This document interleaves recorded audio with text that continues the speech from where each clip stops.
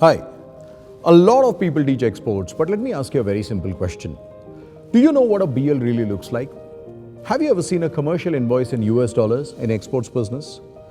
Do you know what all go into a packing list? Have you ever seen a phytosanitary certificate or a fumigation certificate? Do you know what a certificate of origin is all about? Apart from these, there are many other documents including marine insurance, quality and weight certificates.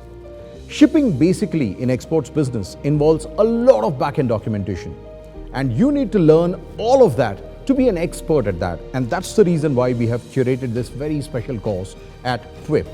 In our export business course, you will get hands-on experience with some real samples as well as a very advanced and highly sophisticated 9-video series that will act as a step-by-step guide for your complete understanding. So what are you waiting for? Enroll now, avail this opportunity and give a head start to your export business career.